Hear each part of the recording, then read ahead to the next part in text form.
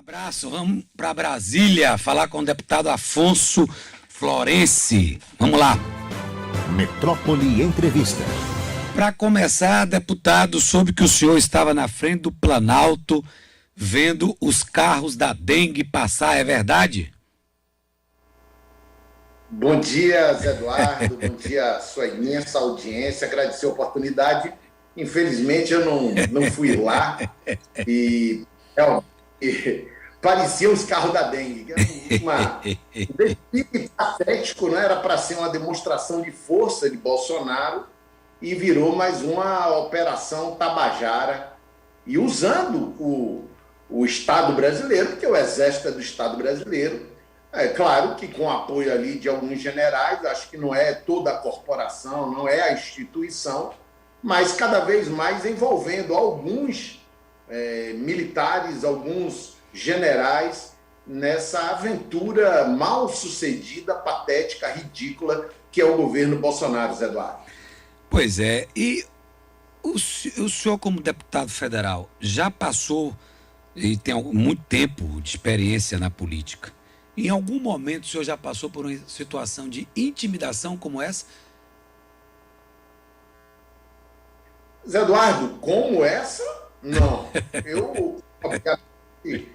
Eu tenho 60 anos, fui presidente do Diretório Central de Estudantes da Universidade Federal da Bahia em 86, 87, 86. Ainda não tinha sido concretizada a redemocratização, mas nós estávamos ali tendo eleições gerais para a Assembleia Constituinte, o Congresso Constituinte, já tinha tido eleição para a Prefeitura, ainda tinha Rio Centro, tentado de setores isolados da chamada linha dura, mas como esse, do presidente da República, usar o aparelho de Estado, o que eu acho, inclusive, Zé Eduardo, que é um crime de responsabilidade, porque é dinheiro público para fazer a política dele, que é um ataque à democracia, às instituições. Eu não tinha, Zé, vivido nada parecido. E ainda bem que é um fracasso, é uma derrota de Bolsonaro, que se não fosse uma tragédia para o Brasil, em particular agora com os números da pandemia sendo revertidos com a vacina, que ele era contra, mas com a CPI lá no Senado, descobrindo que o governo Bolsonaro impediu a compra de vacina, quis fazer imunidade de rebanho, ajudando a população a se contaminar, não providenciou oxigênio e outros objetos, utensílios para combater a pandemia e para estruturar o SUS, e ainda teve corrupção de grande monta. Então, realmente, eu nunca tinha vivido nada dessa natureza, Zé Eduardo. Agora, e no Congresso, deputado Afonso Florense, o senhor estava lá.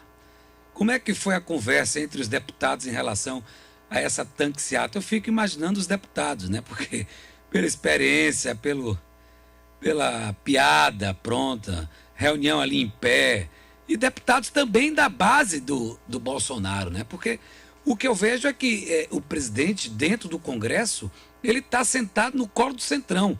Nem da base dele tem mais, né? Ele, a rigor, ele nunca teve base dele. Eduardo e nossos ouvintes, espectadores, só para lembrar, no início do governo Bolsonaro, o presidente Rodrigo Maia, do DEM, e o presidente Davi Alcolumbre, também do DEM no Senado, Rodrigo Maia na Câmara, estabilizavam a condução política, e o que nós víamos era os parlamentares bolsonaristas do PSL brigando entre si. Só faltava, parece que teve caso até de ameaça de puxar revólver em reunião da bancada do presidente. Então, a bancada do presidente, naquele momento, era um câncer à parte. E o presidente Rodrigo Maia tentava conduzir a reforma das instituições, aprovando privatizações, aprovando uma reforma tributária. Hoje deve ser votada a tributária, eu coordeno pela oposição, Zé Eduardo. Inclusive, a oposição no Senado me designou coordenador. E a proposta de Bolsonaro agora é aumentar imposto para trabalhador, para classe média, para micro e pequena empresa e tirar imposto dos grandes, sabe, Zé? Então, naquele primeiro momento, tinha esse câncer político que era o grupo bolsonarista. Depois, eles se dividiram tanto, brigaram tanto, aí Bolsonaro ficou na mão do grupo de Rodrigo Maia, que no último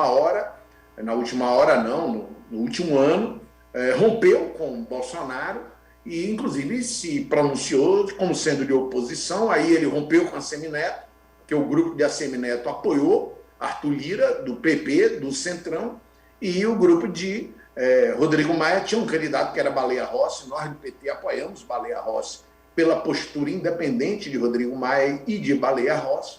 E com a vitória de Arthur Lira, se constituiu uma maioria ainda mais sólida. E nesse momento, curiosamente, apesar da maioria da população pedir que o governo Bolsonaro se encerre, não tem a menor chance de ser aberta na Câmara uma comissão especial para investigar o presidente da República. Então, quem conduz, como você mesmo disse, Zé, é o Centrão, é Arthur Lira, que tem maioria. E eu quero lhe dizer que ontem houve uma votação pelo voto impresso, uma excrescência miliciana, defendida por Bolsonaro e seus seguidores do cercadinho, e ele perdeu. E a base dele se dividiu. Então, tem duas coisas importantes de serem observadas, Eduardo, para encerrar essa minha intervenção. A primeira é que boa parte do PIB brasileiro, grandes empresários, banqueiros, claro que aí nós estamos tirando os bolsonaristas, né? O Wizard, Avan e outros, mas são poucos hoje em torno de Bolsonaro. O PIB brasileiro, como se fala, a Faria Lima, aquela avenida paulista paulistana, na capital de São Paulo, que tem os grandes escritórios e as grandes empresas do setor financeiro, inclusive grandes bancos, grandes agências de investimento privadas, elas já soltaram uma nota contra o governo Bolsonaro. Ele está cada vez mais isolado, mas quem sustenta o governo dele e mantém ele na presidência, Zé Eduardo, é de fato o Centrão. E fica essa história, né? E ontem teve essa bendita votação do PEC pelo voto impresso. Eu não entendi que tivemos baianos e tivemos gente coligada ao seu partido. Cacá Leão, né? Cláudio Cajado, votando a favor do voto impresso. O que é que o senhor me diz disso aí do Cacá Leão, jovem? Converso com ele aqui sempre, acho ele com a mente super lúcida. Eu não entendi essa posição do Cacá Leão. Será que ele não errou na hora do voto? Não, deputado. Não é possível. Não é possível. Voto impresso? Ele foi eleito pela urna eletrônica. Eu acho que ele nunca viu voto impresso na vida dele. Não sei se ele teve tempo para isso. Zé Eduardo, nós recentemente, inclusive, tratamos aqui, para mim é sempre uma honra estar no seu programa, do presidencialismo de coalizão. No Brasil, a eleição de presidente da República e do Congresso Nacional, de governador, governadora, Assembleia Legislativa, prefeito, prefeita, Câmara de Vereadores, não é, digamos assim, verticalizada. Hoje, a previsão para 22 é não haver coligação, mas há essa possibilidade, porque agora vem uma outra barbaridade, que é o voto deixar de ser proporcional para a Câmara, para o Congresso, e passar a ser o chamado distritão, que é a lista de 39, no caso da Bahia, os 39 mais votados, sem considerar programa político partidário, compromisso partidário eleitoral. Então, os governadores, prefeitos, montam bases de coalizão, primeiro de coligação eleitoral, depois de coalizão. E na coligação pesa mais o tempo de TV e os cargos, e, claro, tem também uma agenda. Na Bahia, nós estamos com o apoio do Partido Progressista, o que muito nos honra, temos um vice-governador, mas, nacionalmente, o Partido Progressista apoia o governo Bolsonaro e o líder Cacá Leão é líder do PP, e o líder Cajado é líder do governo na Comissão Mista de Orçamento. Então, essa é uma contradição da legislação brasileira.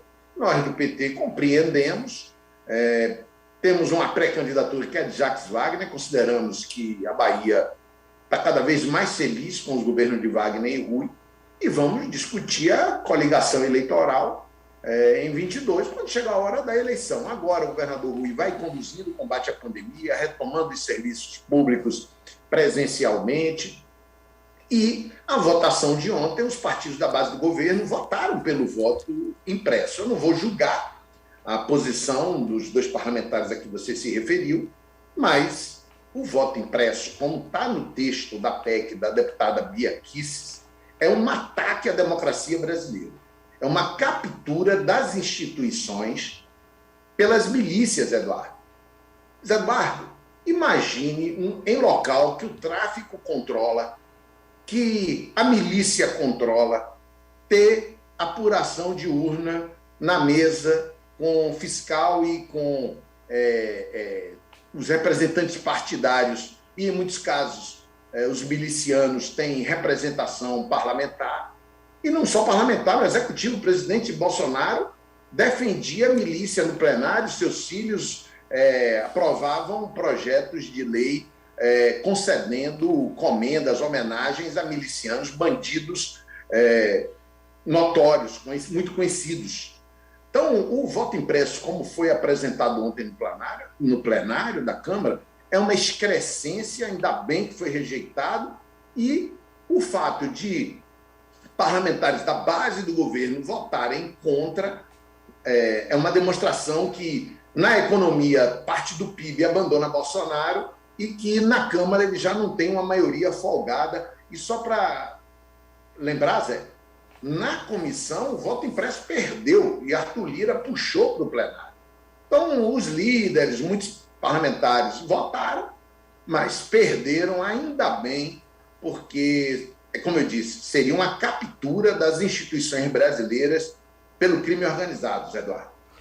Bom, a Veja, semana passada, eu não sei qual foi o colunista, mas deu, que o ex-prefeito Assemineto estava em conversação com Bolsonaro, né? Isso tomou uma dimensão que o ex-prefeito precisou dar uma declaração que a Veja estava mentindo. Aí no Congresso o senhor sente uma aproximação do ex-prefeito Assemineto com Bolsonaro? Qual é a posição que o senhor está vendo aí por exemplo, altamente coligado do ex-prefeito João Roma na equipe de Bolsonaro? Como é que está sendo isso aí? Eu quero, mas não quero, vou, mas não vou, estou esperando o jogo para ver. Zé Eduardo, a aproximação de Assemineto com o grupo de Bolsonaro e com o presidente Bolsonaro é irrefutável, é notória, é conhecida, é um fato fotografado. Tem a foto lá dos dois rindo como amigos inseparáveis. Assemineto apoiou o Bolsonaro em 2018, na reta final, ele abandonou o candidato do seu partido e apoiou o Bolsonaro. Deu sustentação ao governo dele desde o início, através do deputado Onyx Lorenzoni, que agora é ministro da Cidadania. Imagine aquela figura como ministro da Cidadania, um deputado que fazia discurso como se fosse combater os erros clássicos da política, a corrupção, o Caixa 2, aí foi flagrado com o Caixa 2. E Moro disse em entrevista, quando perguntaram, Moro, naquela oportunidade, ministro da Justiça de Bolsonaro, perguntaram a ele, e o ministro Lorenzoni, que foi flagrado agora no Caixa 2, na última eleição? Ele disse, mas ele se arrependeu. Então, um juiz, o ministro da Justiça, que condena o ex-presidente sem prova, quando a prova apareceu do coligado dele, golpista, como ele, disse que ele estava arrependido. E depois Lorenzoni agora, quando o governo Bolsonaro foi pego na corrupção, na tramitação da compra da Covaxin, da vacina, com um histórico vergonhoso, o Lorenzoni foi para a TV com documentos falsos dizer que os denunciantes contra a corrupção é que seriam os investigados pelo governo, ameaçando as pessoas. Então, o Lorenzoni, que articulava com o Moro antes da eleição, o Moro interviu no resultado eleitoral, desde o início foi articulador de Bolsonaro. Além disso, teve Mandetta, que foi ministro da Justiça, que acabou o programa Mais Médicos, e a gente está vendo agora como no interior do Brasil não tem mais. A quantidade de médicos, a saúde perdeu com o governo Bolsonaro e com o DEM no Ministério da Saúde, a Mandetta. E a ministra Tereza Cristina no mapa, no Ministério da Agricultura, Pecuária e Abastecimento. O governo Assemineto conseguiu, em Salvador, fingir que não tinha relação com o Bolsonaro, mantendo sua popularidade, e ele trabalhou isso bem estrategicamente, bem detalhadamente, porque ele sabia que a opinião pública em Salvador e na Bahia é contra Bolsonaro. E Roma assume, e eles fazem uma encenação pública que estão rompidos, trabalhando, obviamente, Zé Eduardo, com o governo Bolsonaro, contando com todos os votos dos parlamentares, não só de Roma no Ministério, mas na Câmara dos Deputados, os parlamentares do partido de Assemineto, que seguem a orientação de Assemineto, sustentando o governo Bolsonaro esses absurdos, esses crimes de responsabilidade, tendo o apoio do partido presidido por Assemineto. E agora ele finge que está rompido com Roma, mas pode escrever aí. O Roma, se sair candidato, será, na minha opinião, para facilitar a vida de Assemineto, para ele não perder no primeiro turno, mas no segundo turno, Roma e o grupo que tiver apoiado no primeiro turno Bolsonaro vai no segundo turno apoiar Assemineto. Então, é só uma jogatina para enganar a população baiana, Zé Eduardo. Quer dizer que o senhor acha que tudo isso aí de Assemineto com João Roma não passa de um grande teatro? Hoje mesmo o ministro João Roma deu uma alfinetada no ex-prefeito Assemineto. O que me contam nos bastidores é que a briga é séria, para valer. Né? Inclusive, partes ligadas ao ministro João Roma não quer conversa com o ex-prefeito. O senhor acredita que seja mesmo encenação? Eu fico na dúvida, viu? Zé Eduardo, eu também ouço a essa altura lenda de que Assemineto, que eu ouço no Congresso de Parlamentares, é que Assemineto, de fato, teria rompido com Roma, porque ele entrou no governo Bolsonaro e Assemineto seria contra. Isso eu ouço dos carlistas. O carlismo é uma das oligarquias mais duradouras da história brasileira, republicana, apoiou o golpe militar, a família passou a ser proprietária da maior rede de telecomunicações, de comunicação, de rádio, TV, internet da Bahia, beneficiada pelo regime militar, jornal, televisão, repetidora da Globo. Então tem muita mídia espontânea, há um jogo político nesse processo e eu tenho que dizer, pode ser até que eles tenham, digamos assim, trincado a relação deles, mas isso não retira o fato de que antes desse rompimento de Assemineto com Rodrigo Maia, o DEM sustentava Bolsonaro e Assemineto era presidente do DEM. Estavam lá Tereza Cristina, Mandetta e Onyx Lorenzoni, sustentando Bolsonaro, fazendo essas maldades, esses crimes de responsabilidade. E o DEM, o que Assemineto dizia, Zé Eduardo? Mas eles estão lá por convite do presidente, não foi o DEM que indicou. Mas eles eram ministros do DEM. E Salvador tinha um canal de recursos no governo federal que viabilizou obras contestadas por urbanistas, como, por exemplo, com a mesma origem e destino do metrô, o BRT, uma obra eleitoreira. Então, cheia de obra de arte de automóveis. Então, depois de pronta, também eu passo, mas foi muito controversa a construção do BRT e a captação dos recursos. Se, com o rompimento de Rodrigo Maia com Assemineto, Rodrigo Maia, inclusive, essa semana, fala tantas verdades sobre a Semineto, verdades para ele, Rodrigo Maia. Eu que conheço a oligarquia carlista há tantas décadas, digo que Rodrigo Maia está sendo, inclusive, generoso. A Semineto é parte da extrema-direita brasileira. Pode ter havido uma trincagem com Roma, porque ele não aceita que saia de debaixo do tacão dele de coronel, jovem na idade, mais velho na política, um seu ex-chefe de gabinete, secretário de gabinete. Insisto, em um hipotético segundo turno, a extrema-direita baiana, bolsonarista, vai se unificar. E se houver segundo turno, se o candidato de oposição ao governo Rui Costa e a coalizão de governo liderada pelo PT, se ela vira uma coligação eleitoral com a pré-candidatura de Jacques Wagner, com Lula presidente, a viabilidade dessa candidatura, hipotética candidatura, será muito grande. A Semineto, se conseguir para o segundo turno com João Roma candidato, vai ter o apoio de João Roma. Então, pode não ser um jogo de cena maquiavelicamente montado, mas isso não invalida a constatação de que a Semineto é de extrema-direita, apoiou Bolsonaro, apoiou o golpe em 16 contra a democracia brasileira, apoiou o Temer, apoiou Bolsonaro, apoiou a eleição de Bolsonaro, apoiou o governo Bolsonaro, mas agora ele é um pré-candidato que sabe que, na opinião pública, é ruim estar ao lado de Bolsonaro, e ele vai, como a gente diz no popular, dando os pulos dele para não colar nele o desgaste, mas isso é impossível na hora H, ele vai ter que se explicar e não vai conseguir, Zé Eduardo. A pergunta final que o mundo quer saber: para onde vai o governador Rui Costa? O que será do governador Rui Costa em 2022? Qual é a sua ideia? Você que sempre falou aqui para a gente. O governador disse que vai até o final do mandato dele. E a sua ideia?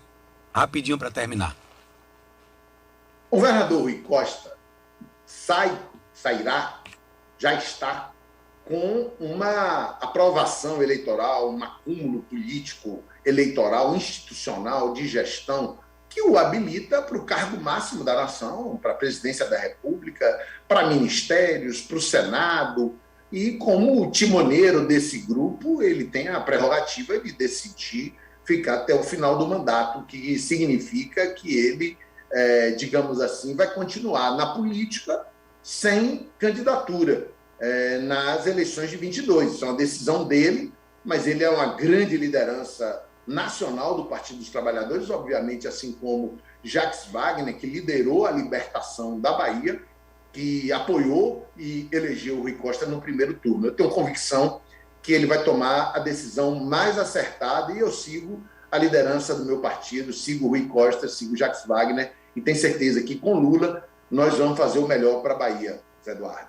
Ok, deputado Afonso Florencio, um abraço, muito obrigado pela entrevista, até mais. Muito obrigado, até mais. Abraço carinhoso, sua imensa audiência.